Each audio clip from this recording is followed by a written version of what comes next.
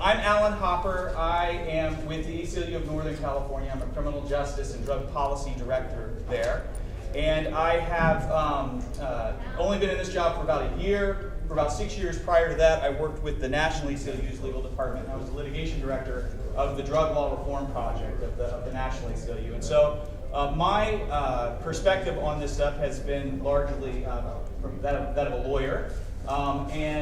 For the 6 years that I was with the National ACLU was primarily, we had a national focus, but of course, California in many ways has been the epicenter of what's going on in the country with medical marijuana. So I've paid a lot of attention to what's going on here. And now in my new role, I am focused almost exclusively on California and criminal justice and drug policy. And I'm going to be moderating today and going to try to keep things moving along. I would like to, and the organizers have asked me to try to set this up as best I can as a conversation. And we want to really encourage you to ask questions and to join in the discussion. So I've tried to build in plenty of time for questions and answers. I just want to tell you a little bit about the format, and hopefully that'll help things move a little bit more smoothly. We're going to start this morning and go till probably about 10:40 and then take a break. And I'm going to have our three panelists, who I'll introduce in a second here, and let them introduce themselves to you a little bit more in more depth. But I'm going to have them talk each for about 10 minutes or so. And then I'm going to ask some questions, and then I'm going to open it up and ask for your questions. And I'm hoping that we can have an interesting conversation that way. We'll have a break at 10:40. Come back at 11.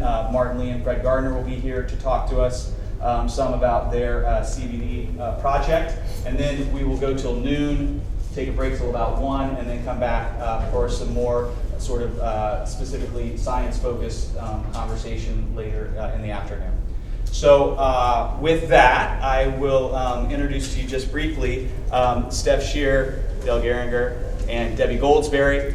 Their bios are in the materials that you have, so I'm not going to read from that or go into it, and I'll let them talk to you a little bit more about who they are. But really, I'm assuming a fairly sophisticated audience, and assume that you all have some familiarity with the issues and with the history. And given our limited time this morning, I'm really hoping that we can talk less about sort of the history of medical cannabis in California and more about what's going on right now. And I'd really like to hear from you sort of what your top 2 or 3 things are on your to-do list right now in dealing with the situation in California. I'm very interested in hearing some about the recent petitions been filed for rescheduling by the 2 governors and what the real impact of that might be, and about the recent federal saber rattling out here in California and what you think that's all about and where we are with the federal government. So with that, I'm going to be quiet for a minute and let you each talk for, please keep your opening remarks to about 10 minutes, and then we can get into a better discussion. So maybe start with you, Steph. All right. Good morning, everyone. My name is Steph Sherer. I'm the co-founder of Americans for Safe Access. And does everyone here know what Americans Safe Access is? Do I need to give a... Okay, cool. I'll skip that then. So yeah, this has been one of the busiest years. I think I say that every year, but this year has been record-breaking as far as the size of our community and the battles that we're dealing with all over the country and here in California. I'm actually, I think, I have a unique view on what the U.S. Attorney aspect looks like and the battles that we're fighting around the country, as well as the impact of the governors. So I'm going to start by sort of giving you a sense of at Americans for Safe Access, so how we see everything unfolding and why we are where we are. I think there's a lot of lessons we can learn. So as you know, after the Ogden memo, everyone took a huge breath. And I think they took too big of a breath of relief. And I don't think they actually read the memo. I think they actually read the headlines and maybe ACE's press release, but didn't really get into the details. And what happened was instead of a a sort of growth of access like we saw in the early years in California, talking about everything pre-Los Angeles. We saw proliferation happen in the other medical cannabis states almost overnight, especially in Montana, where in a week, 97 dispensaries opened up in Billings, Montana. It's like one dispensary per person. So you can see the city, not really, but you can see the way that in California we had introduced the concept of dispensaries and this access was that it was a community-based response. Right? The way that we presented the dispensary model to our city councils and to the state of California was there are all these patients who need a place for access, and we know it's confusing, so guess what? We figured it out, and this is what it's going to look like. This is the solution for the community at whole, right? And that is how we worked with local governments. It's how we worked with the state, because they saw us as a solution. Well, in this sort of time of proliferation, people didn't see dispensaries as a community-based solution because they hadn't even really met the patients yet, and they just saw in their community neon signs with big pot leaves popping up everywhere and advertisements with busty nurses, which I think is offensive to a lot of people, but I don't need to go into that. And so what happened was, the local police and local elected officials really felt like their hands were tied because they felt like they had to let this happen.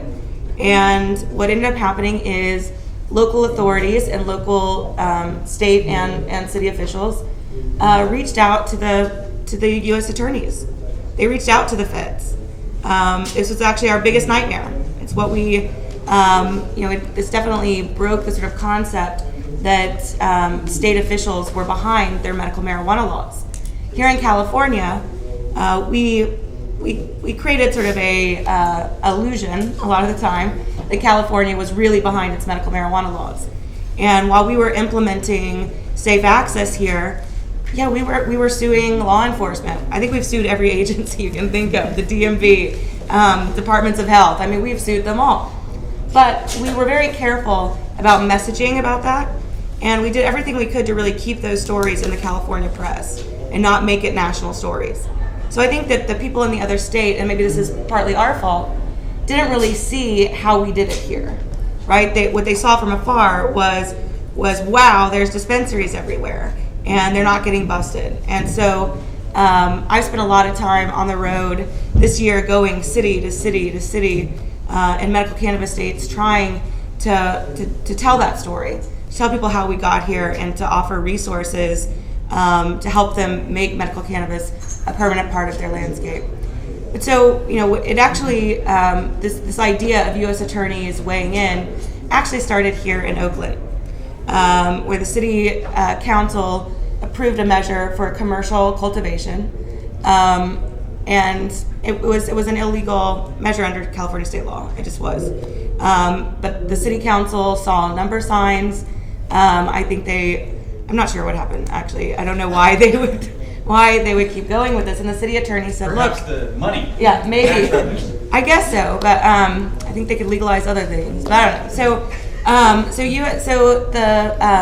the city attorney was embarrassed at the city council meeting. The city council told him, basically that they weren't going to follow his advice. And so he went to the U.S. attorney and said, "Is this legal?" Well, he knew the answer to that, right? And so, of course, he got a letter back saying, absolutely not. And what he created, and I don't think he meant to do this, was a template for the rest of the country. So then you move on to a very short period of time where Montana had a series of 26 raids in one day. I was there, actually, in Montana doing raid preparedness trainings. So the people who came to him the night before were excited, those who weren't. But what I saw there when I was in Montana was a very unorganized community. And in the first time in history of medical cannabis, there was a federal raid in a medical cannabis state without a single elected official crying out against these raids. And in fact, in what I believe is also the first time in Montana political history, you had elected officials saying, and I quote, "Thank God for the feds." This is Montana, right? I mean, they say "fuck the feds" before they eat Cheerios in the morning. This is like their concept. So we knew that this was a game changer, right? And when the protests that we have here in California, this exercise that we do every single time there's a raid, the reason we do that is to show and encourage elected officials to come out, to show the DEA that there is a movement of resistance, but also to signal to U.S. attorneys that there is going to be support for these people, that this is not going to be something that they can prosecute easily. And it's very important. It's been a very important part of keeping our access. But that's an infrastructure that I don't think people understand how much time it's taken us to build, and how many trips myself and my staff have taken up and down California doing these raid trainings and preparing our community. Grassroots activism, I think, is the least understood in all of the tactics in politics, and it's the least funded. And it's not the sexy silver bullet, but it's the only thing, in my opinion, that has us here today. So then you have Washington State, where the Assembly and Senate actually passed, so the House and Senate passed a access bill. It wasn't perfect, but it would create dispensaries in the state of Washington, and the governor didn't want to sign it. And just so happened, her BFF is the U.S. attorney. And for some reason I pictured them drinking Chardonnay when this conversation happened. I don't know why, but so they're sitting around, and the governor saying, "I really don't want to sign this," and the U.S. attorney says, "Why don't you write me a letter and ask me if it's legal?" And the reason I think we all know there was a conversation that happened before the governor sent this letter is that the U.S. attorney responded in 17 hours from her sending that letter to getting it, and we all know U.S. attorneys do not act that quickly. So this just set off a series of letters of governors writing U.S. attorneys saying, "Can we do this?" And in some areas, U.S. attorneys went forward without the letter, right? And so we have a political situation where it is obvious to this administration and to the nation that our states are not behind our medical marijuana laws, right? And that creates a lot of political maneuvering for the federal government. Let me just ask, I'll just jump in for a second, and I know there are a couple of other states too, and we'll get all that information out. But I want to turn to Dale for a second and let you talk for a few minutes, Dale. But what do you think, and I know this is one of the things you said you were going to talk about, what do you think is really, and I hear what Steph is saying, and I agree that I think a lot of times what we see is this sort of collaboration, culture of resistance. Asa termed it years ago, and I think that's a very good phrase for it. Culture of resistance on the part of local law enforcement and political players who then ask for the help of the federal government. Is that all of the story, Dale, or what do you think's behind the most recent federal crackdown? Well, the most recent federal crackdown here in California was publicized as a press conference by the 4 U.S. attorneys of the state in Sacramento back in October. And they presented this as sort of a united crackdown that they were bringing in the state of California, caused by all sorts of abuses that were allegedly going on here. Now, it's an unusual thing for 4 U.S. attorneys to work in concert. And of course, they had to be coordinated and directed from above. And they have, in fact, admitted that, Assistant Attorney General James Cole was involved in this. We have reason to believe that some of those U.S. attorneys were on the forefront of putting pressure on the federal government to act here.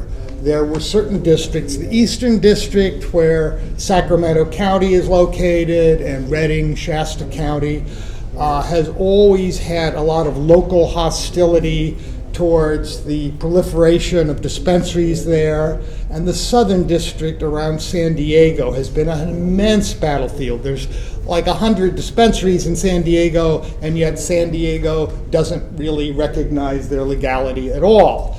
And the local officials there were undoubtedly getting tired of this situation and had been ragging on their U.S. attorneys.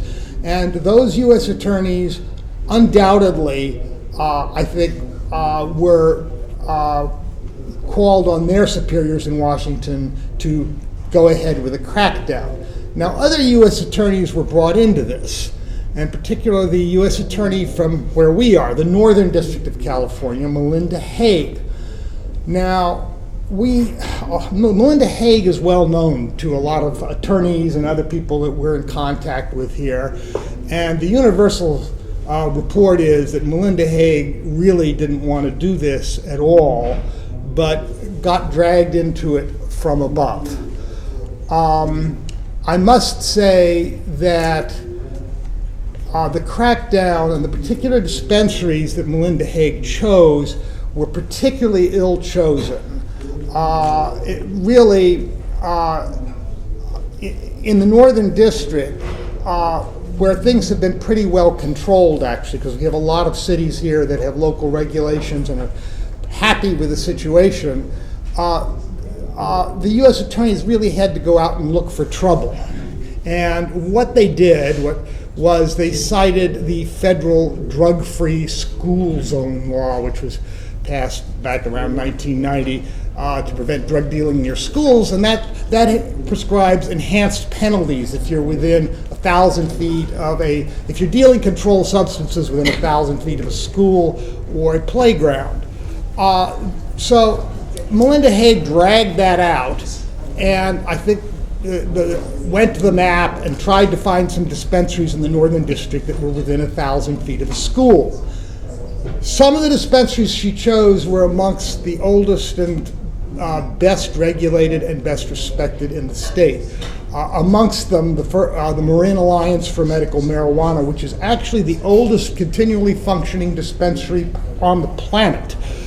Been in operation since 1996 in the little town of Fairfax in Marin County, has been tightly regulated. It was actually the first city-regulated dispensary anywhere. And they have a long understanding with the city of Fairfax with all sorts of details about how they will operate there that has been worked very well, and they have had the total support of Fairfax for many, many years. Well, the complaint against the Marin Alliance was they were within 1,000 feet of a park. And in fact, there's a Little League field nearby, has been for forever. The dispensary actually closes when Little League games are going on. Nobody has had any trouble with this at all in the city of Fairfax, and yet they brought a complaint against the landlord of the Marin Alliance citing all sorts of laws in addition to the drug-free school zone law, saying how a landlord would be liable to 40 years in prison and loss of property and everything else. Marin Alliance, I must say the mayor of Fairfax has been very outspoken in saying that this is no favor at all to Fairfax, that they welcome the dispensary there, that they want legal access there, and it's in the interest of the health of their community. But that has not impressed the U.S. attorneys on this, who are out to make a point. A couple of other places that were picked, in San Francisco, there were a couple of dispensaries that were located about 600 feet from a school, which is legal under California law and was perfectly legal under San Francisco's ordinance.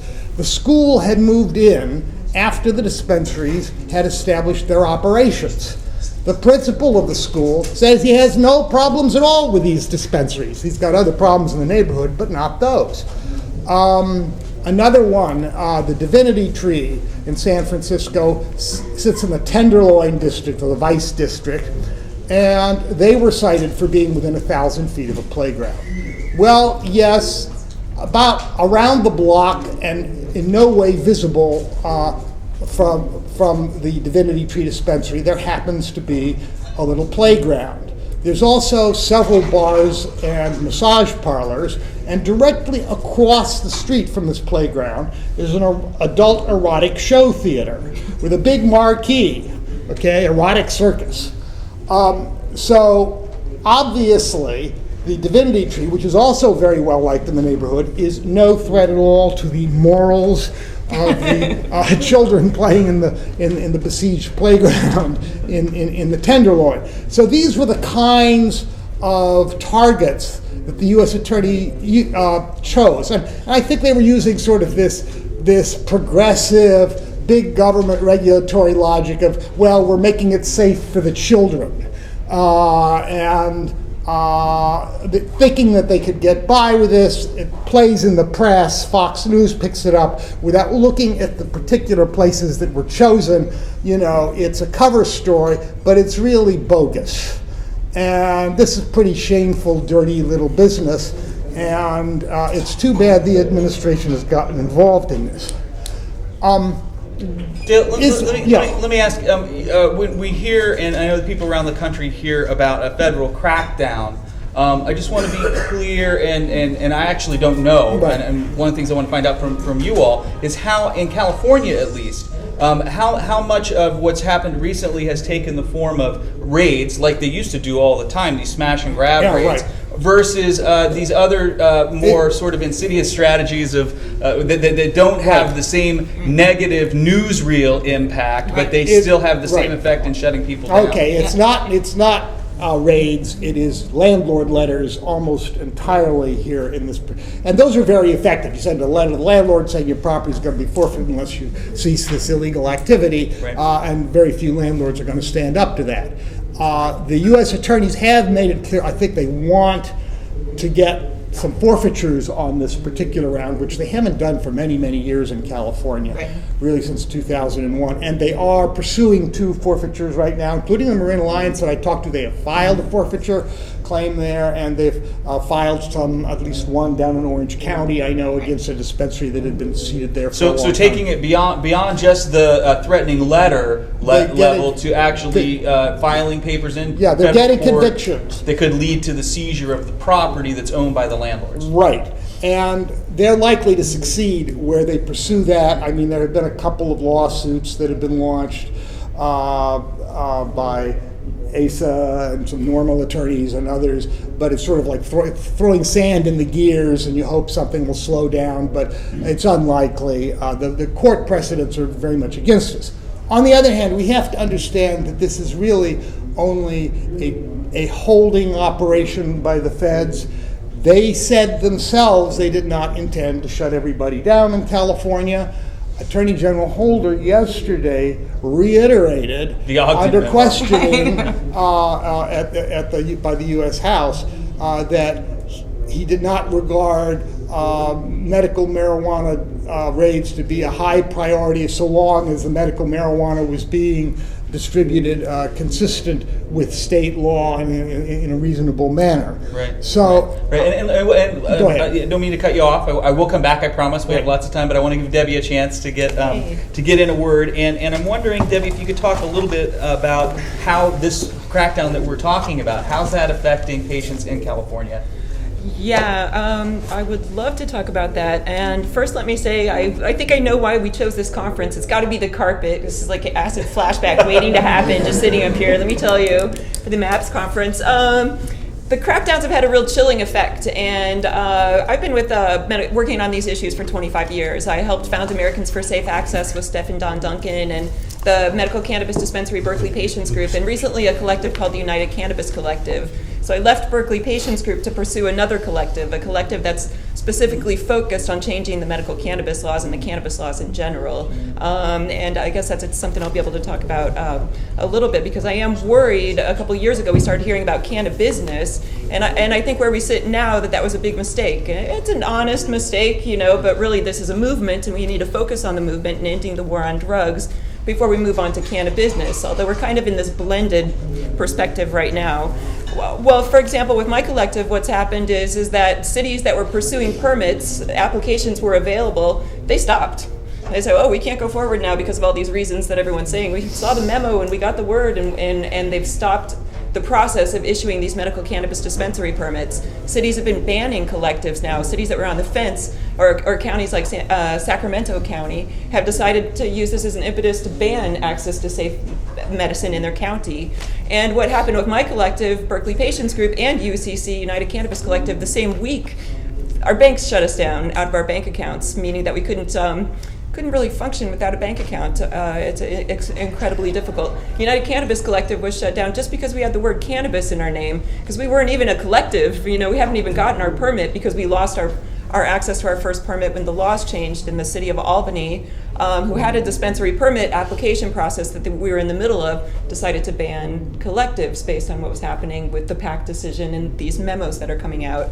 I think that what's happened is the patients are getting ready to go underground again. I hear the collective owners and the growers and the patients going, I'm just going to grow it silently now, forget this permit stuff, I'm not going to stick my neck out. The patients are turning to their friends rather than to their collectives to assure their safe access to medical cannabis. And I think it's bad for the patients, I think it's bad for the cities, it's not good governance, and it's not safe medicine. So I think it's a real step backwards. I think right now a lot of what's going to happen is in our own hands. The government really doesn't want to legislate medical cannabis. We're in a unique period in industry where self-regulation is important. This is how a lot of industries start, and this is how you go from gray to gray area to, or from a movement to an industry. It's through self-regulation.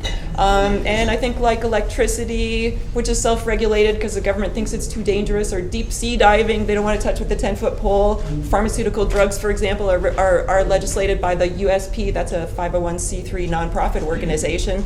I think right now our movement is in a position to self-regulate every aspect of what the future of medical cannabis is going to be, and to do the job right. So when government comes around to our point of view, we've got working regulations in place, we've got safe access figured out, we know how to make safe medicine, we know how to get it to the members. They can just adopt our regulations. We know that's what happened in Prohibition, when alcohol prohibition ended. The policies that were developed by the bootleggers were the ones that the government adopted because they were working, because they had developed safe processes.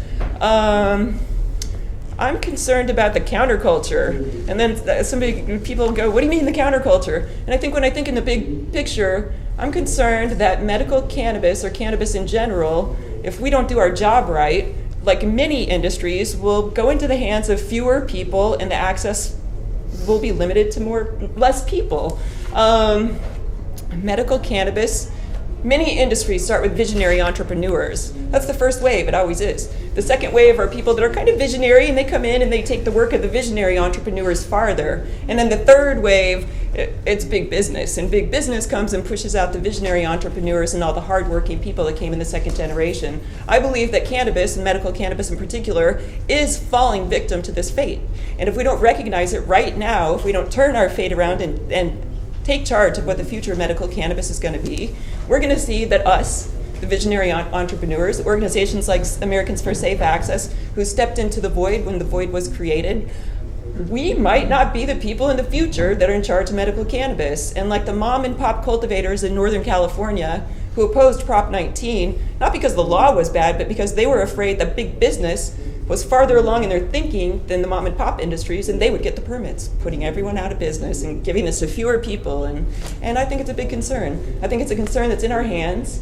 And I think if you hear me talking, and what I'm telling people is we really have to watch out for the counterculture. And what I mean by counterculture is let's make sure that medical cannabis and cannabis goes into the hands of people that care about the planet, that care about people, that care about the earth. If it's going to be business people that we partner with, let's make sure we pick the right business people, not the ones that are going to trounce us out and take our ideas, but the ones that are going to work with us, the ones that care about people, and the ones that are here for the same values that we agree with. And I think anytime we see our peers going down the wrong path, we better say, it's nice that you get dollar signs and everything and can of business, but we're a movement still. And we need to remember that we're a movement. We have to end a war on drugs. And that's a hard work. And I do think that cannabis, or the future of this industry, is going to be what changes the laws, but only if we make sure that the industry remains an industry that has values and a mission as the basic bottom line of the industry.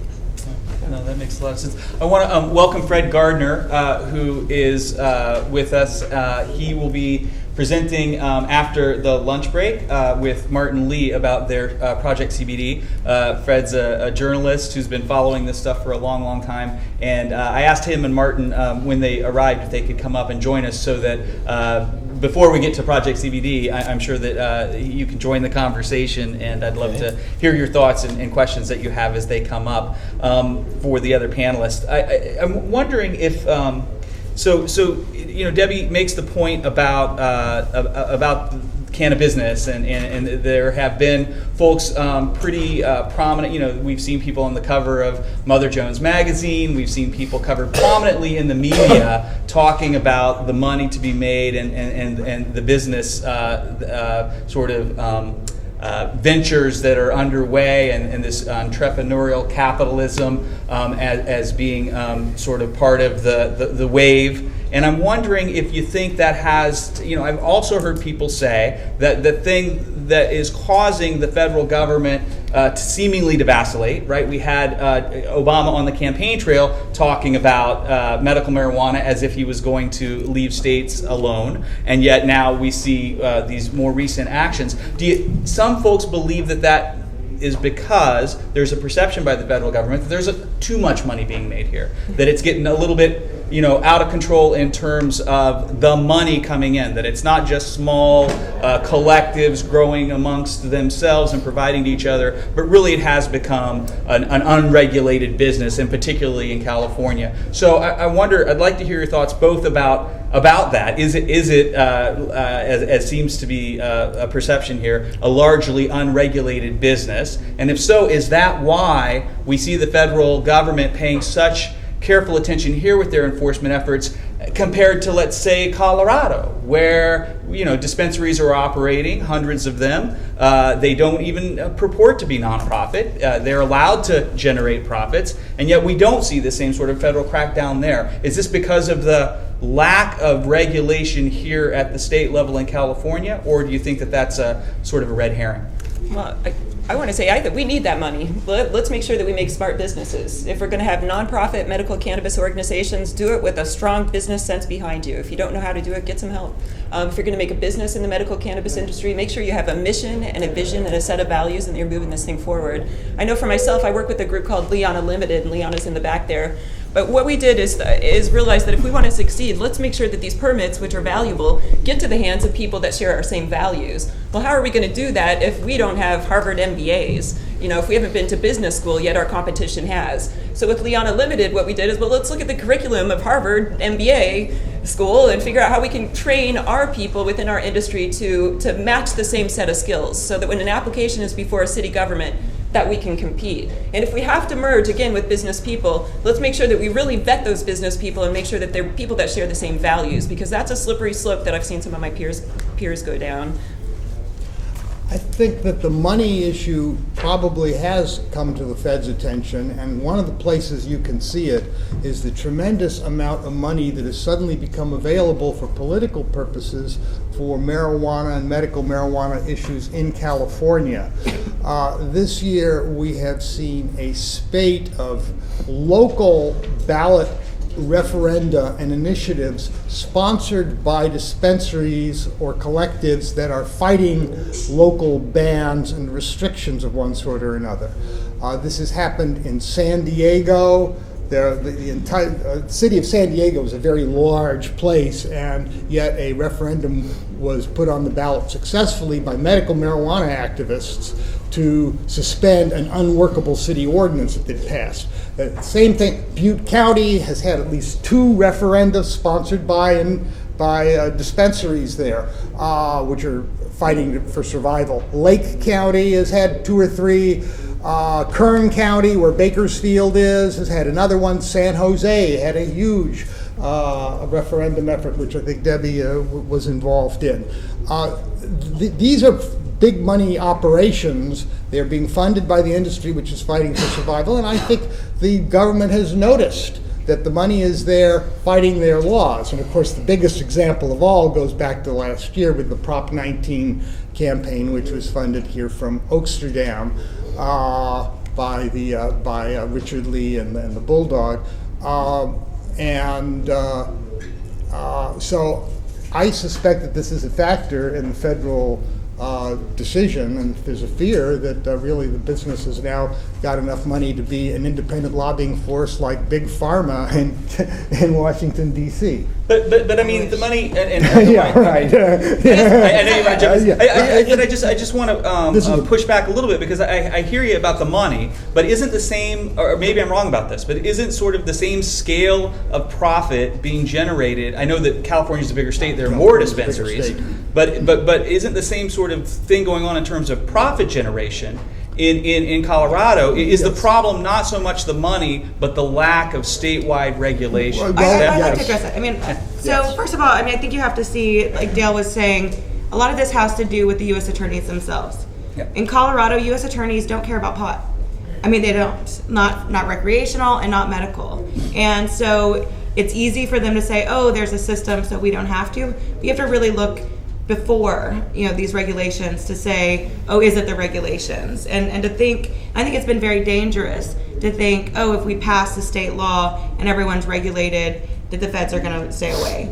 When I was talking earlier about people taking that breath in 2009, I disagree that people are really spending money politically, except for in their own little tiny self-interest. When I first started ASA, 60% of the medical cannabis industry, which they didn't call themselves that then, gave politically. Right now, about 0.004% of this industry is putting money into government relations. And so, I think that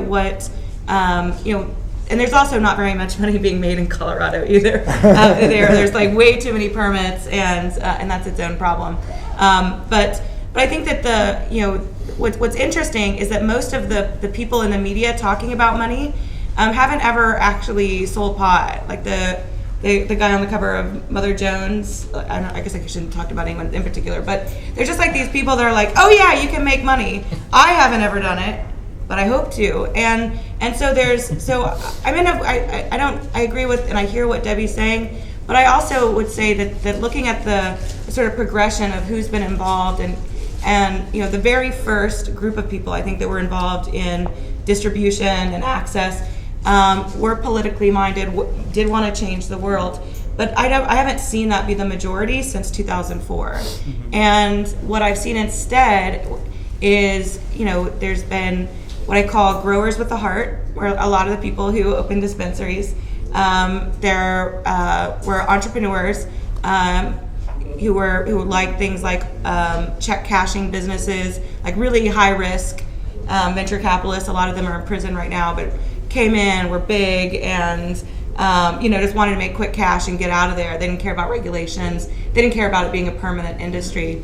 And then what's really sad right now is that a lot of the people that are involved are desperate individuals because of the economy, who are in real estate, who are in construction, who are in businesses that are no longer making money. And a majority of them have a friend who owns property, know somebody who can grow pot, and are like, awesome, let's open next week.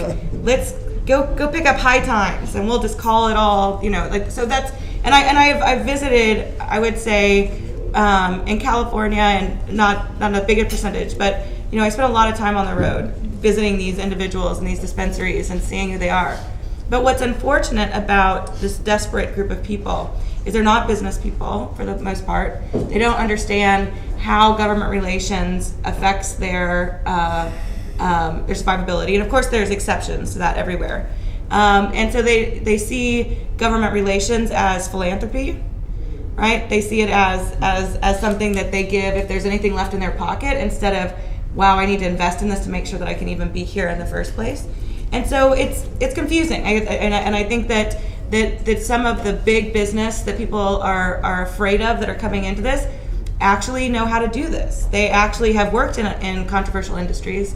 They know that you can't just hope that things are going to happen. And I think that's where we're seeing some of the initiatives and more response. But when I tell people about the lobbying monies that are spent on medical cannabis and the size of this industry, it's pathetic. It's completely pathetic. I mean, if you look at something that's like fishing and gaming, if you look at the percentage that they spend on government relations, it's about 7%. If you look at gaming, which is arguably less controversial than medical cannabis, 35% of revenue is put back into government relations. 35%. So if you look at in DC, I just want to finish, and this is sort of my half full perspective, although it may not sound like it. Is that I don't think that the fight we have to fight is too big. I just think we have to get our shit together and fight it, right? Like stop bickering about these tiny little things and get our shit together and decide: do we want to be a subculture and a part of the sort of pot culture remnants, which is not accepted by most of America? Or do we want to actually represent who I believe we represent, which is the 38% of Americans who use complementary and alternative medicines, and provide an avenue moving forward? If we do, right, the herbal medicines, dietary supplements, they're spending 35% of their revenue on HR.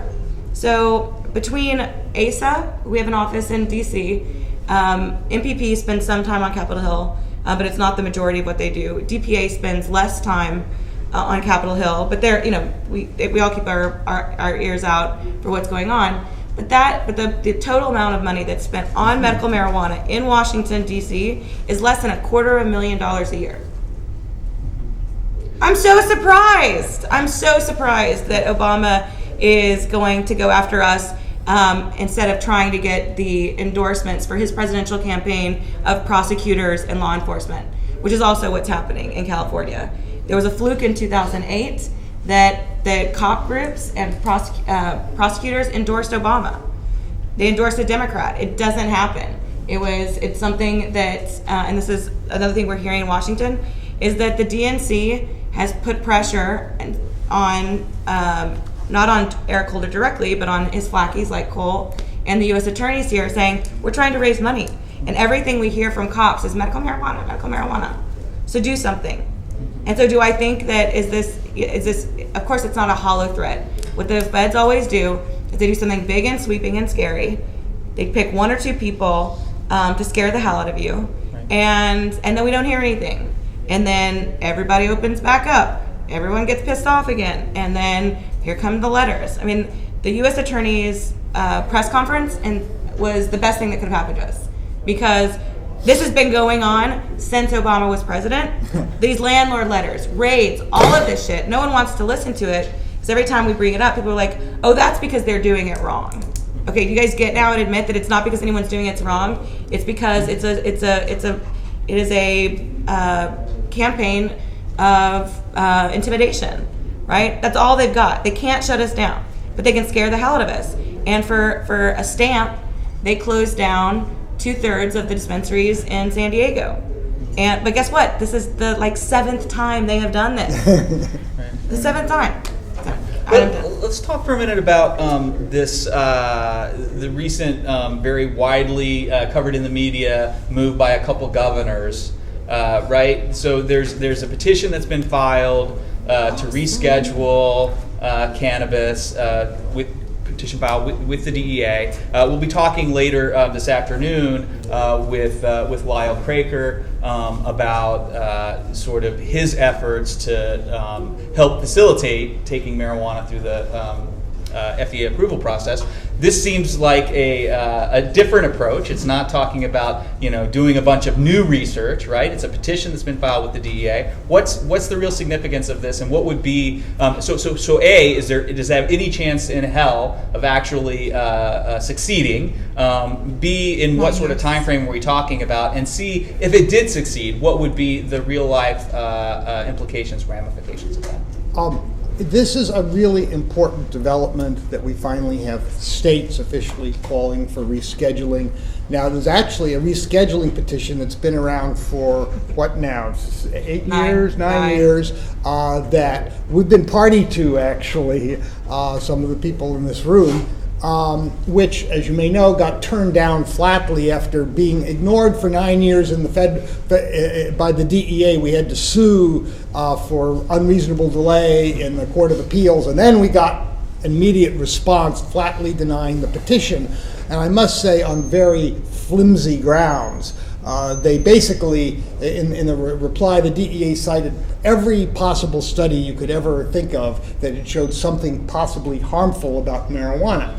And then when it came to looking at the benefits, they said, well, we don't have any phase 3 controlled, large-scale FDA studies, so there's no evidence. There was no citation at all of any of the medical evidence we presented, and we believe that this was done in bad faith and not according to proper procedure. So we actually have been planning to appeal that decision, and we were hoping that we could get some support from the states on that, like from the state of California, which had its own medical marijuana research program that had very positive results. And the director of that program, Dr. Igor Grad, has been rather vocal about how his research has been ignored and marijuana is wrongfully in Schedule 1. We also have the development now that the California Medical Association has called for removing marijuana for Schedule 1, and they want to do a rescheduling petition. All of a sudden, we have some really important authoritative figures joining in on this. So I think that this is going to culminate in something. How soon is another question, and how long it will take to play out is a complicated question. But before I get into that, maybe. I would just say that, with medical cannabis, we're always looking for our best spokespeople, and I would say the governors are pretty much as good of a spokesperson as we can get for this cause. And my question, I guess I'm going to ask these guys, because I have a question too, is what I don't understand is if we Schedule 2, is that going to limit us only to pharmacies? And again, are we going to end up with this really narrow, medicalization where only a few people, in the Netherlands it's in the pharmacies, in Israel it's in the pharmacies. The indications that you can access medical cannabis for are very limited, and the number of selections in the pharmacy are really limited. In the Netherlands, for example, it's only 3 choices. Nobody goes to the pharmacies, they go to the coffee shops. Yeah, I would. That's a great question, and it's one I get a lot. And I think if marijuana is put in Schedule 2, I also say that the governors, this is a political move. It's not up to the petitioner. Like you can suggest Schedule 2, but HHS can do whatever they want. Like you can, just because they've said Schedule 2, it was a political maneuver. There's not like a form that says where would you like it, right? Like this is really a political move on their part. So I think that again, like Debbie said earlier, a lot of where things go are up to us. So if marijuana was rescheduled tomorrow to Schedule 2, the way that the pharmacy system works in this country is that there has to be a product that has been tested on humans, that is ready to be packaged, and people have to be willing to take it. And FDA approved. And so that has not happened, right? El Soleil's marijuana, as much as he likes it, has not been approved by the FDA, right? There is a process that is a very long process. And so I think that one of the things, I think that there's a lot that we have to be prepared for, and pharmaceuticalization is happening. Of the cannabinoids, it is, there are research firms all over the world that are looking at developing drugs. But some of the things in our favor is that actually investment in pharmaceutical development is at an all-time low. This is significant. Unbelievably low of development of any drugs.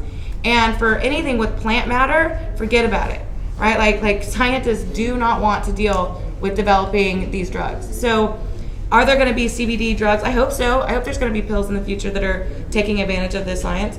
But is it going to replace the model that we have here? And that it's up to us. So there's a lot of predictions out there of why, and that the same is true for Canada, that when someone's given a prescription for marijuana in Holland and Canada, only half the time do people refill that prescription. So their doctor writes it, they go get it one time, and then they don't go back again. And people have made a lot of assumptions about why. And most people, especially people who grow their own pot, they're like, it's because the weed sucks. Well, the weed doesn't suck. The reason, I believe, and I'm actually working with the Dutch government and Canadian government to try to get an answer to this once and for all, what we believe at Americans for Safe Access is that in order to use medical cannabis successfully, not all people, but most people need help in using this product. So in Holland, when you go to get a prescription, I went to the pharmacies, I got to see how it's done. You get a little bottle with a bud in it, and that's it. And I think about my grandma going to the pharmacy and picking up a bud. She'd probably make tartar sauce out of it, right? What did you do with that? You have no idea. And so and comes from my own personal experience as a patient, and also in patients that we've interviewed at ASA, that a pharmacy model is not sufficient for everyone for this medicine. And it is because people need help using it. And it's my hope that through studies that we're working with these governments, will help lay out the case here in the U.S. But again, it's up to us, right? If we do nothing right now, right, then yes, in 8 years, there will be a CBD product in pharmacies, and marijuana probably won't get rescheduled.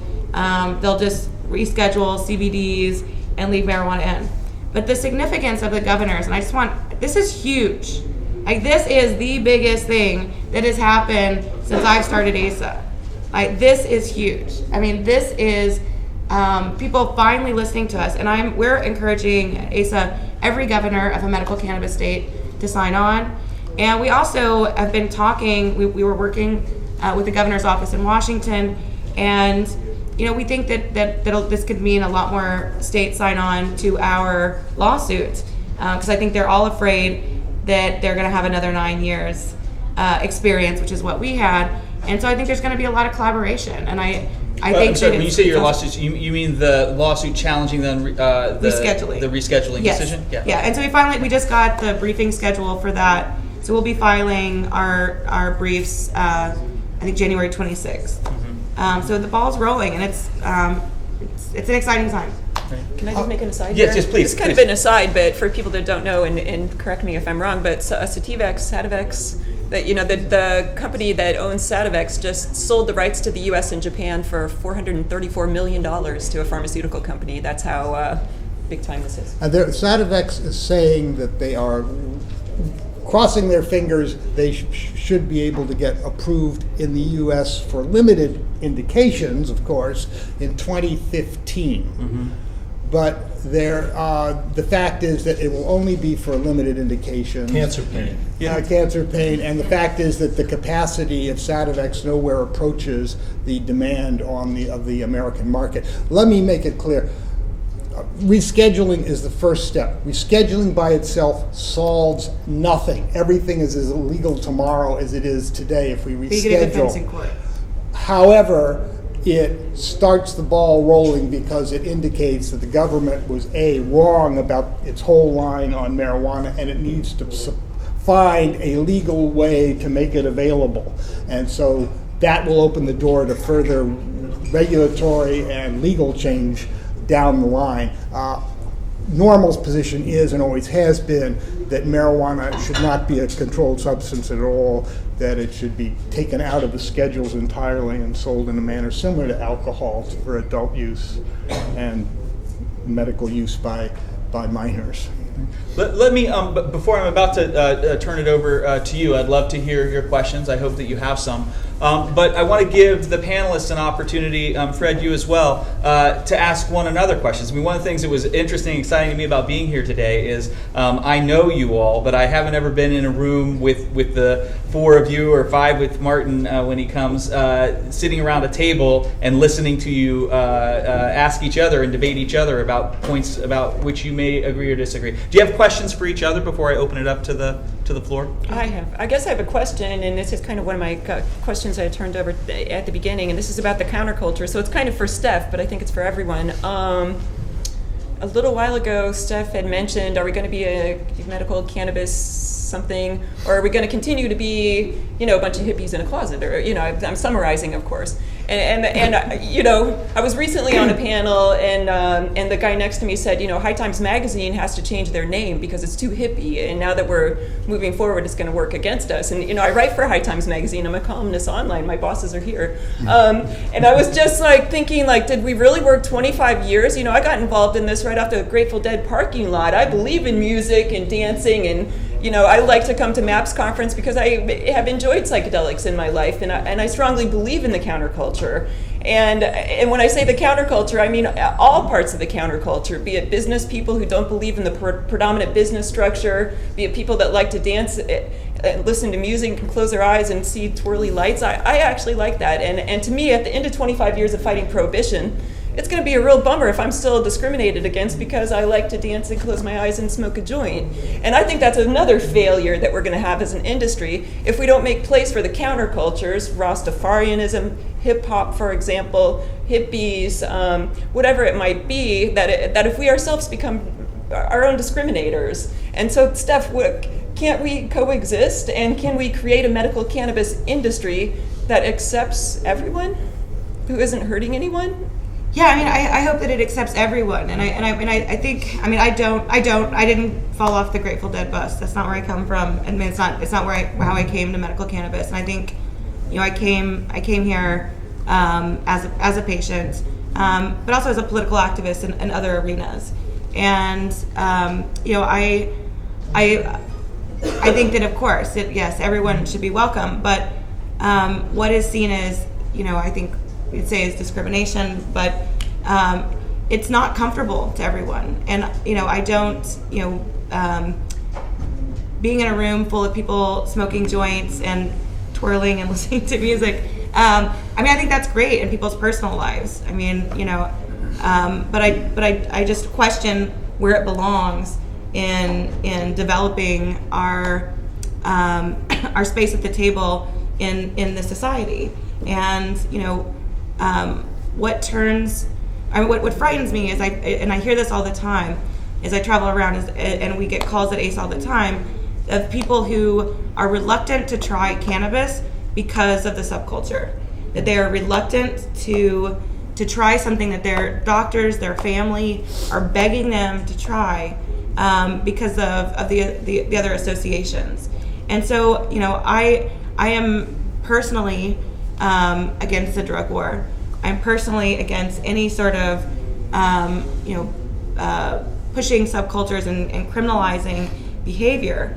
But that's actually not what my members pay me to do, right? My members, they pay me for what I do during the day at conferences, not what I do at night, right? And I think that's the truth for a lot of us. And so I don't know the answer totally. I think that in the model that I always explain with community-based access is that it should look like the community it serves.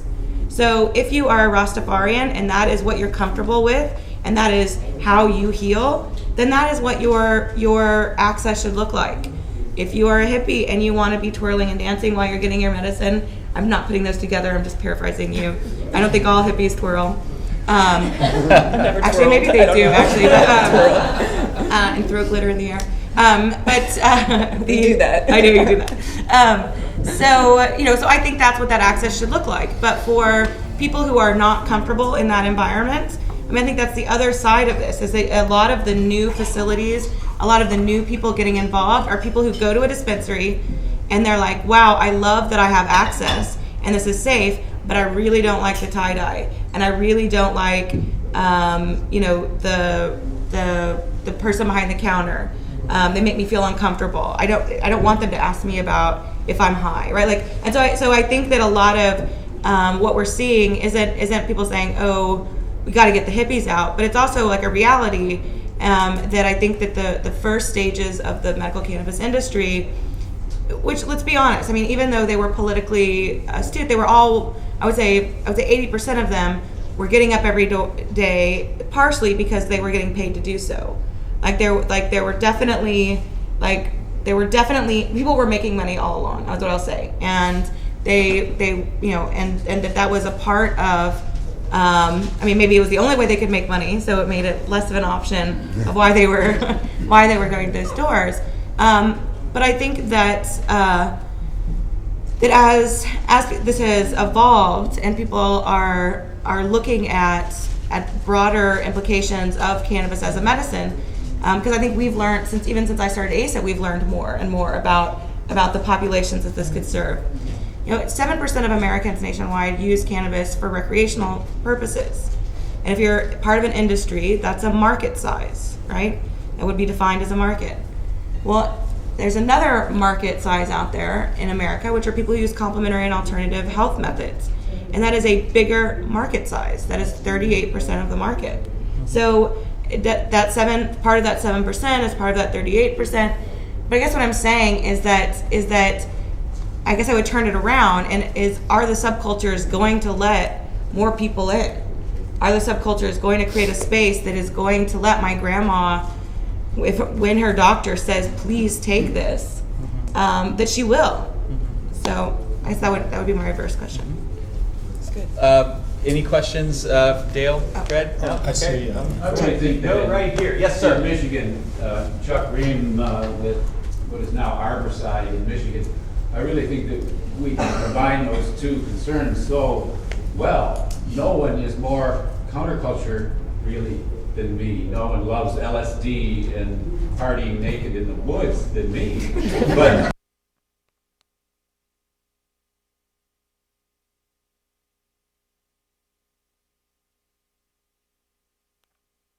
in a way that is extraordinarily clean and extraordinarily inviting. Steph came there and a tear came down her cheek because it was just so beautiful. And any grandmother, or you could bring your mother into my dispensary and they would be very happy. So my values are the values of the counterculture. I know that the values that we established in the 60s are the only thing that could possibly save civilization. But on the other hand, we want to generalize our values, and we should want to make our places into somewhere that anyone, any grandmother, could feel comfortable walking into, even if they had no prior experience whatsoever. Say that the model that I most liked for medical marijuana distribution was the first one that was instituted here in California even before Proposition 215 passed, and that's the Cannabis Club, like Dennis Peron's Cannabis Club in particular in San Francisco, where you could walk in, socialize, sit around a bud bar, or buy your medicine to go if you wanted, talk to other people, talk to doctors or nurses on occasion, and bring in visitors who weren't necessarily patients but at least could get by the door without being screened out. That's certainly the model that we'd like to see pursued. That's the model that Oakland voters voted for in 2004 with our Measure Z initiative. So I hope we can go there. And our voters as well. Other questions? Yes, sir. Since we brought up the high tax thing, I'll just mention our response to this was we spun off a second magazine to cover just medical cannabis, and that's part of a recognition that we do want to. It is different from High Times. It is 100% about medical cannabis, and it also is trying to reach a wider cultural audience. But the underlying values, I think, still have to be represented. And one thing I would like to hear everyone comment on is, I sometimes try to, if we're compared to HMOs, if we're compared to the mainstream pharmaceutical industry as far as what are our values as opposed to some ideal of perfection, I think we do much better. And I think that in talking with people individually, they know that these are predatory systems, the HMOs, basically healthcare in America. And so is that a framing that you've ever tried or that you think could be effective? I've just come at it from the other end. I've seen the people that are trying to get into the business, and I've seen these weird dollar signs in their eyes, and I've seen my own peers as they change from movement to, look, we're a cannabis industry, that they lose something about the way that they're functioning and the way that they're helping people, and I just haven't liked it. And I think you're right that it would be nice to have several different choices of how we frame this. It's going in the pharmacies. There's no way around it. I wish I had spent 10 years making my own product already, and had something to sell for $435 million myself. But I was working on a Dennis Peron style collective because I really think that's going to save the planet, just like Jack Sherer taught us. There's something about cannabis when we sit down, we share it, we look at each other's eyes, we giggle a little, we have some water. Or if I'm a senior citizen and I want to sit down, I'm not going to want to do it alone. It's a little frightening. I'm going to want to be with a peer who's done it, who can guide me through. We all know the process of guiding people through their first experiences. In fact, in Israel, that's what they do. Most of their new users are people who are senior citizens. They've never tried the stuff before. So they have to get it, and then they have to go to a learning center where they sit down with a peer counselor, and they go through a guided process of trying the cannabis, experiencing what it feels like the first time, sitting with somebody who's going to handhold them through it so they don't get scared, so they can get water when they need it, and you stay a few hours until you're ready to go. If you need to come back to the training center again and again because you want your community or you don't feel safe doing it at home or you can't do it at home, all the better. Because for senior citizens, it's the community, and it's learning and it's being together that's helping with a holistic approach. The HMO approach to me seems, cold. We're all, those doctors in lab coats, we all know they scare the heck out of us. Let's try and create an industry, that makes it a little more friendly to use cannabis as a medicine. I'm one of those strange people that thinks the nature of the plant, it's not strange. The plant has a nature. When you use the cannabis, there's studies. It changes the way you think. It changes the way you relate. It's not just prohibition that creates the change in the way you think, although that's a big part of it. When you realize and you try it and you go, hey, this is no big deal, this prohibition's what the big deal is, the problem. But the fact is you use it and the government studies have shown it, you're a little more creative afterwards. You chill out a little bit, and guess what? You don't like the government too much anymore. So, Questions? Yes, in the back. I'm Joel Brown, and I was really concerned about the decriminalization effort and the defeat of the proposition in light of the participation of the growers. And I'm wondering if you could speak to that. I do not personally think that it was only an issue of they felt that they were going to be squeezed out by big business. I think it was an issue that they were worried that the price was going to go down. And their activity, actually, there's an argument to be made, served to defeat the proposition. I'm wondering if you could speak to that, just from my own knowledge. Everybody agree with the question? Well, you're talking not the criminalization, you're talking about the legalization initiative, Yes. Prop 19. Prop 19. Yeah, it's true that the grower community was worried that it would undercut what they've been doing for years, which has been taking advantage of the illegality to make profits on backyard growing, basically. And we did not carry Mendocino or Humboldt County or those counties. That said, those counties are a infinitesimal proportion of the California electorate. We did some exit polling on this, but there was probably not a % or 2 of the vote that was influenced by that particular concern. The growing community is not a big community, and they're not politically active very much anyhow. But can I interject something there? Yes. It wasn't necessarily them by themselves. It was the paradoxical involvement of them with people that otherwise would never be aligned with the groups in combination that helped really do. Well, I thought the initiative failed because I think Californians in general, the average voter who is not a pot smoker in California, only 10% of Californians are current pot smokers. The average voter was just not comfortable with the initiative. It had some really serious wording problems with it and some conceptual problems. It did not get support anywhere in the press. Not a single newspaper endorsed it, not even the libertarian Orange County Register. And it was a bad year. It was also a bad year to be running such a thing because it was a very right-wing election anyhow. So I think those were the predominant forces there. We magnify our own importance in this to think that we are making or breaking these things. Well, in my opinion. I always think you have to listen to the squeaky wheel, and that was one heck of a squeaky wheel. Whenever somebody's yelling at me at the top of their lungs, as much as I don't like it, I have to rewind the tapes and go, if they're that passionate, what is it in there that I need to be listening to? Because surely there's something. And yeah, it's 1% of the vote, but there's something big there. And what I think is thank goodness almost, Prop 19 didn't pass, although I supported it, spoke for it, voted for it, got my friends to vote for it. We weren't ready as a self-regulated community to move forward with legalization yet. We couldn't articulate to people in Northern California who have depended sometimes for generations on the food that they feed their families with and the home over their head on cannabis cultivation. As an industry, it's a huge failure if we put 2 counties of California out of business and force all these people into financial ruin. And literally, that's what would happen there. I used to live in Kentucky. We had the cornbread mafia there, if you remember that, way back in late 1980s. Because in Kentucky, like California, a homegrown industry grew up. There was no jobs in Kentucky. People started growing pot in their backyard. backyard, and they were feeding their families. But when the big interdiction funds came in the late 80s, the feds walked through the state of Kentucky because it's smaller, they could do it. It was California and Kentucky were both the two big producing states. They wiped out all the cannabis economy in the state of Kentucky. I lived there then. It devastated families and communities. I mean, we're talking about the basic issues of no food, no roof over your head.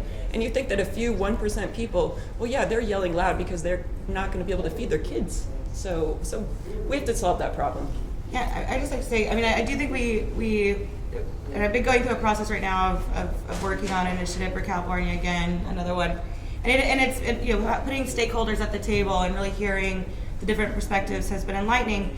But what's interesting, and I'm saying this without judgment, that there's a lot of areas within this industry that prefer the gray areas, and what I'm not sure about is if they want something different, if it's purely that if they felt accounted for, that they would be at the table. Because I have definitely spent days with people trying to create a process that includes people that at the end of the day they just don't want it. But I also hear it from people in the medical cannabis industry that don't want to see rescheduling, right? That they actually say that if they reschedule, the pharmaceutical companies will come in and they won't make any money. Well, I mean, but as much as we really sit down and explain, well, it's the only way that you're going to have a defense in federal court ever, right? That there are all these other pieces. So I'm just kind of putting it out there that it's not just the growers. There's a lot of people in the current industry that are afraid to see things change, and part of that can just be fear of the future, but part of it is honestly financial. The benefits of the black market for some people, at least in their own perception, outweigh the advantages of ending prohibition. I think that calculation most certainly would change if they were arrested or were facing forfeiture proceedings against their property. I have a question for the panelists. Steph just referred briefly to the new initiative that she's been working on. I know Dale's been involved with it. I heard that the wording was going to be filed in Sacramento today. Could you give us some outline of where this is coming from? Because this is the one that's going to have, of the four initiatives I gather, this is the one that's going to have the best shot at serious financial backing. Can I start first talking about the process, and then I'll let Dale talk about some of the highlights. But UFCW here in California, United Farm and Commercial Workers. Big labor union. Big labor union. They're actually the third largest in the nation. I mean, and what started with a few of their locals getting involved has actually gotten much bigger. It's actually, they now have a division at the International, which is huge. So just like they, are representing food workers, they have a medical cannabis and hemp workers division in their union. This is huge. I mean, this is not just a local going on. So after really meeting with folks, and they told me that they had an initiative going, that they had written a first draft, and that they were insistent that they wanted to see something happen, but they were open to the process. That I got very excited and got involved, and we really made sure that there were outdoor, indoor growers, that they were representative from people in really hostile areas that don't have dispensaries, and without some sort of statewide guidance, they probably never have a dispensary, to people in San Francisco who feel very comfortable with their current permitting and are very afraid of anything else. So and then we had labor involved, patient advocates, and so it really was an open process. It's not open to the world, but I think that people really took time to say, hey, these people aren't at the table, let's find someone. I also say that I've been facilitating these meetings as a consensus-based process. So there's been about 40 hours worth of conference calls. Dale's been a champ. But we really have gone through a process of putting everything into the initiative and really not letting one group control this process. So it's been pretty amazing, actually, of just letting everyone speak, everyone get there. If you have an idea, we create the wording for it, we put it in. And most times people are like, oh yeah, we don't want that in there. And I mean, even the people that suggest it. So as far as the process, I feel like out of anything I've been involved in drafting, it's been very, very open and very specific. What have you come up with? So what we have come up with is a very delicate system that would create a centralized Bureau of Enforcement at California that would basically these laws would preempt local laws to the extent that localities can do one of the 5 things. That they can, if they already have a law in place, they simply hand over that information, the names of the dispensaries and the permits, to the Bureau, and they are automatically state regulated. So State approved. State approved, they're already state approved, so there's not a new process. Cities have a period of time to pass zoning ordinances to say where these facilities will come into their community. If they don't, then the state will take over that process and will decide where these will be in their community. If they want to ban, which after polling and talking to local communities, the state of California and its residents do not like having the state telling them what to do. So we've created a local option that's very similar to Colorado in that if a city wants to ban, the city council will have to vote on it and put it on a referendum to the voters. And what's already happening right now in California, if you don't know, I think Dale mentioned it, activists from San Diego, Butte County are gathering signatures to try to get things on the ballot, and they've expressed that they're having a hard time raising those funds. And so in a way, if that's what they're fighting, this would be an option. Current bans do not stand. The city council would have to go through that process. And I think there's another option. Cities that have populations of less than 50,000 can opt out if they can demonstrate to the Bureau that there's reasonable access in their community in some other way. So this is to open the door that they can't ban everything, right? That there would have to be a delivery system, there'd be things. What else? Let me point out that the initiative also definitely strengthens the existing rights of patients and caregivers, makes it clear that that it's legal, for example, for collectives to sell as they currently do on a nonprofit basis. That is disputed. Currently, the legality of dispensaries in California is disputed. Some prosecutors say it's totally illegal for dispensaries to operate the way they are, that they can't sell it and transport it and so on and so forth. This eliminates that doubt, that ambiguity from the law, makes it clear that this is legal. It also has some decriminalization provisions so that the penalties would generally be civil penalties, and actually I'm so happy that I think we have managed to incorporate some provisions defelonizing cultivation, small-scale sales, and possession with intent by making them wobblers, which means that they can be prosecuted as misdemeanors as well as felonies. So there's benefits for patients in this as well. Plus, we have some language which we think will strengthen patients' claims to against employment discrimination and things like that, subtly inserted in this. So we think it's a package that will really be helpful to the entire cannabis community in California. We are rushing to dot the I's, cross the T's, make sure we've got something solid. I don't think it's going to go into Sacramento today, but imminently. And I will just want to add one more thing, just because I need to publicly address it before it comes out, is that there is a tax.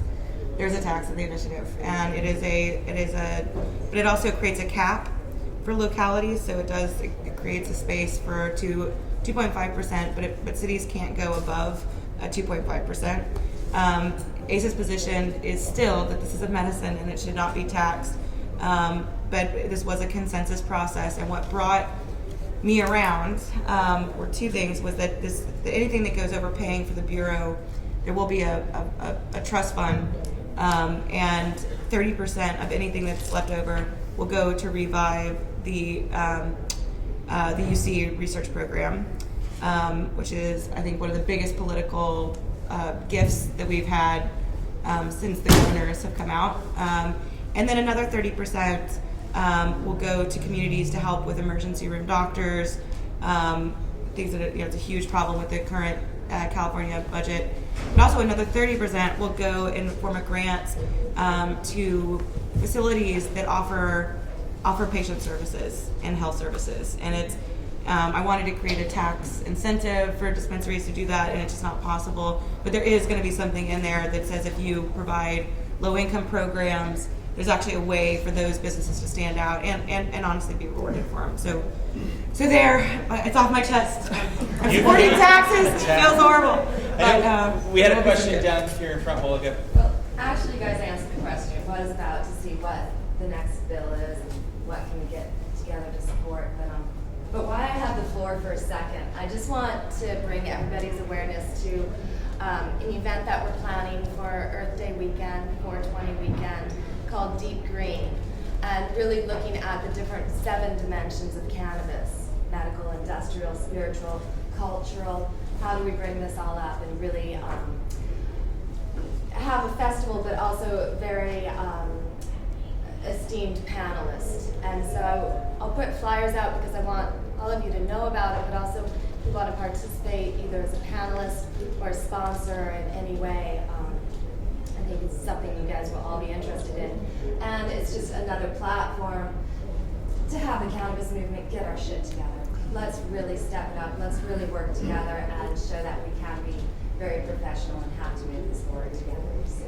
So, Deep Green Festival, put these out later so you can all find it. I wanted to follow up a little, and part of Fred's question too was, I think, and maybe I read this into it because I'm curious, but the unions are involved, so obviously the unions have some money, but can you speak to, realistically what the prospects are of this actually making it onto the ballot? Are there funds sufficient to gather the signatures? That's is part one, and part two is I hear you and appreciate the fact that many people who would be most directly affected by a regulatory system have been consulted and allowed to weigh in, but I'm wondering, has there been public opinion polling or research? Do you know what the degree of public support is for not just the idea of regulations in a fuzzy way, but for the specific types of things that you guys have put into the initiative? I'll say that this is, this came together, I think, Too late. it came together too late, but But we've got something. But we've got something, and the process itself, it was worth it. I mean, I don't love conference calls, but honestly, these are, instead of people getting pissed off and storming out of the room, we've actually finished conversations, which has been really hard on a lot of these issues for the last 9 years for me. So that part has been amazing. But yeah, so phase one is let's get this thing in a reasonable amount of time to collect these signatures. There have been some pledges that make us feel comfortable to raise other funds. And just conversations I've had with traditional drug policy initiative funders is that they felt like going towards legalization was a mistake, and that they don't want to lose medical. And what I think what we're all seeing, and what sort of polling is showing, is that and I think what we saw in the California legislature, honestly, this year, there was 25 bills introduced this year. 23 of them were bad, and they were all from Democrats who had traditionally been our allies. We are losing support. We're losing allies. People aren't understanding what we're doing. And so people in California, I think 67% want to see something regulated. They still are very supportive of medical cannabis, but they feel like this is out of control, that there's no way for them to weigh in. And so I think the electorate is going to be very excited to see this. We also did some polling on some of the patient provisions as well, like adding civil protections. Those polled really well. Those are going in. And so what will happen after we introduce this, there will be more polling. There will be lots of meeting with donors and really putting together what the campaign will look like. We're getting some pretty, and I can't say this part, but I think we're going to have some pretty interesting proponents. And I don't want to get it out there because I don't want to hurt those conversations. But I think this is going to be a different type of initiative, and we're definitely some of the words make me want to vomit because we are going towards the enforcement and cleanup. Like it's definitely playing into where the electorate is, but it's positive. Let me speak to the polling. There'll be a press release about this shortly. The bottom line is that medical marijuana is immensely popular in California with over 70% of the voters. Also, about 70% think that we could improve the way it's regulated. Some people, a minority of those 70%, think we need better, wider access, and more, I would say, think we need better control. But so we've got a solid group of Californians, a majority that really think we ought to address this medical marijuana. Now, we also asked about legalization, and we found the level of support for legalization has not increased, particularly from the Prop 19 campaign. It's down around 50% or so. And my perception on this has always been that Californians are uncomfortable with the idea of legalizing in general until they can be convinced that we can handle the medical marijuana correctly. They're not about to open the doors to anybody when we already have chaos and anarchy out there in many ways. So I view California NORML has viewed improving the medical marijuana system as a #1 political priority for some while now, and I think we're going to see support from people outside of our little narrow community, because there's a consensus. If you read the editorial pages of the paper, if you read what the CMA has said, if you read what everybody's saying, they want better regulation, and I think we can do it better in this initiative than the legislature is ever going to be able to do it. But the proof will be in the pudding, and we will see how the funders come in. But if I were a funder, I would certainly not put my money into a 50% legalization scheme at the moment, but a 70% medical marijuana scheme is attractive. I just wanted to say something about UFCW because, well, they're just awesome. I recently worked with them as an employee of the cannabis division on the campaign in San Jose, because in San Jose, the city government passed this really negative cannabis law. They wanted all the dispensaries to close. It's Andre. Should we dance and twirl? I don't know. It would be good. I have no idea. I accidentally hit my iPod or something. Nice. I wanted a background. Okay, well, UFCW, the thing that's so cool about them, I'll tell you, when they joined the cannabis team, people started looking at us differently, and it's because they're so professional, but at the same time, they're rough and tumble. We get each other, you know what I mean? They're ready to just rumble in the front lines of the industry.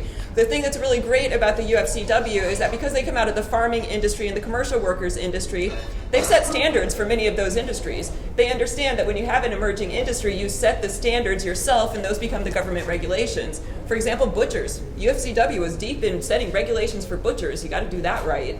And when they entered the cannabis industry, it was with the knowledge that we and them would be able to create these rules and regulations that'll take our industry forward in a professional manner. I just want to say a couple words about San Jose because it was such a great campaign with the support of UFCW. So the city passed a law to ban. It was on the 27th of October. It gave us 30 days to collect 50,000 signatures to stop that, 30,000 valid. So in 30 days in San Jose, to stop a ban from being implemented, we realized that the citizens are actually the ultimate check and balance in this system of checks and balances. When the government puts a bad law forward, you got to scramble and work super hard to stop that law. So we collected the signatures. We got 50,000 signatures in 30 days. We raised $200,000 to do that because we had to pay for those signatures. We had to pay our consultants. We had to work our butts off. We registered 8,000 voters in 30 days. And at the end of that, we stopped that law from being enforced. But not only that, because, you know, we have to be so cool. In fact, we used to have a campaign in Berkeley called the Berkeley Cannabis Ordinance Oversight League. Be cool. Because you have to be cool when you work with the government. You know, we don't want this thing to happen where we make San Jose mad and they call in the feds. So we've been doing a very delicate dance with the help of the union, with the help of our advisors, with the help of our grassroots activists and the patients there in San Jose to stop the law, to make sure we don't make them mad and get the feds called in on us, and then to sit down at the table of democracy with the mayor and the city attorney and the planning department and create a law that's going to work in San Jose. And it's been a brilliant campaign, and we're just at the round table right now, still negotiating an ordinance. We've got an initiative that we're going to have to run locally, or maybe you guys are going to do the statewide one and we won't have to. But things are going great, and UFCW, I can't say enough good things about them. Yeah, I mean, I think one of the, we are, I don't know, it's an interesting time because on one hand,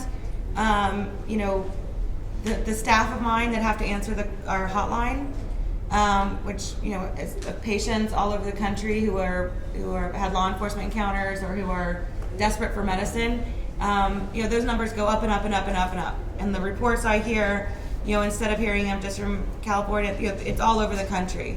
And as more people find out about the science, we get more calls from Tennessee and Kentucky and Indiana of desperation, of people saying, my mother is in the hospital, I have no idea what to do. And my staff have actually, including myself, have asked people, is there a reggae concert coming up? Is there somewhere you could, really, if they're, what do you say to a 60-year-old man in Indiana who's never seen pop before, who is desperate?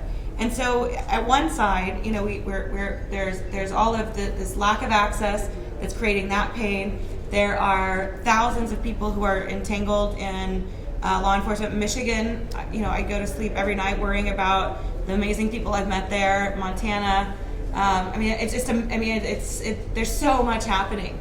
City governments are jumping up and down in all of these states trying to figure this out.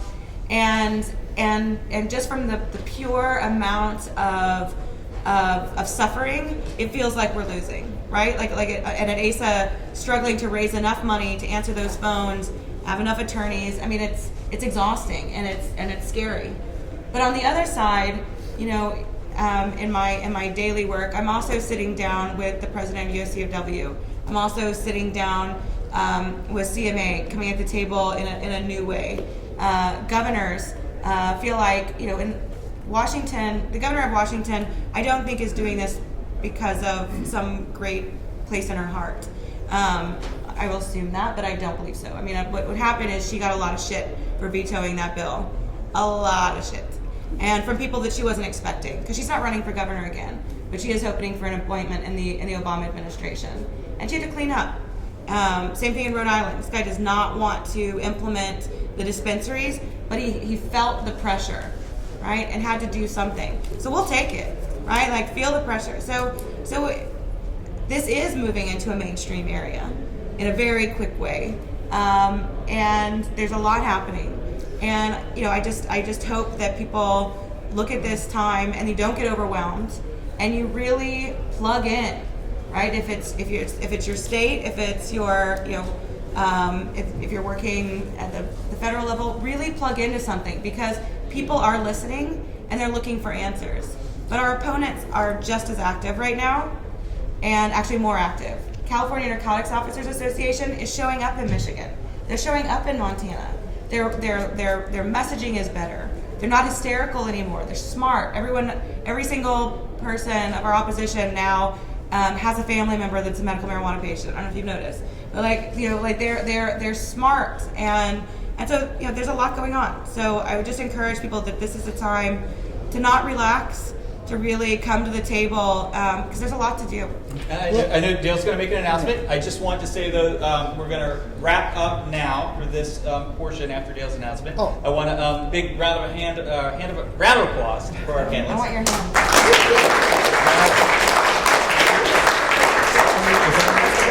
Yeah, and I'm going to let Debbie and Dale both say one quick thing, but just wanted to let you know that when they're done, we will break for about 20 minutes. Please get back here a little bit before 11 so we can start right at 11. We have a really interesting presentation from Fred Gardner and Martin Lee about Project CDB, and I'm going to ask Steph and Dale and Debbie to join us as well if they can. And so please do get back right at 11 if you can. And now, Dale and Debbie, last words. I just wanted to address the federal issue because it is the overriding issue, the single obstacle. What can we do at the federal level? All right, it really requires some congressional action. There's no chance. We have some good bills in Congress that by Barney Frank and Jared Powell and so forth, there is 0 chance of these bills being passed this year, and maybe 2% chance of them being passed in the next Congress. That is not going to happen in any short order. However, this is an election year, and we have a president who is under pressure to perform, and I think it's very important for us to make our views known in this election campaign that we do not regard the performance of the president satisfactory. To which, and we've been circulating these cards, which are on the table here. Message to Obama, all right? Please keep your promise, which was, I'm not going to be using Justice Department resources to try to circumvent state laws on medical marijuana. That's what he said. We need to demand this. We've been asking people to directly contact the White House and the Department of Justice. If you know people who are donors to the campaign or have been, they need to really raise their voices. If you have a chance to go to candidate forums, bring this issue up. This is the time to put pressure at the national level of why the U.S. government cannot provide marijuana legally to its citizens if it's trying to regulate the healthcare industry. Okay? Debbie.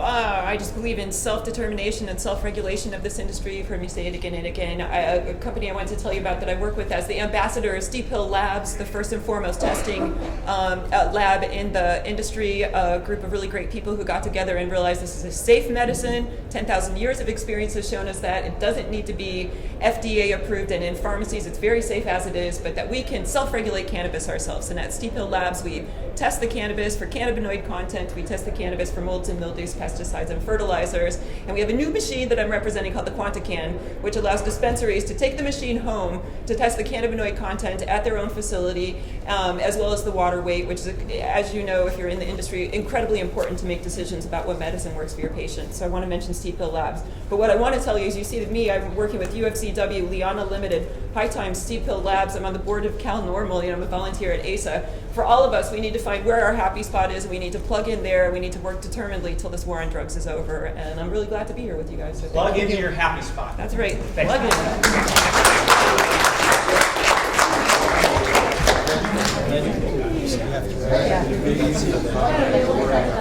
When you said something,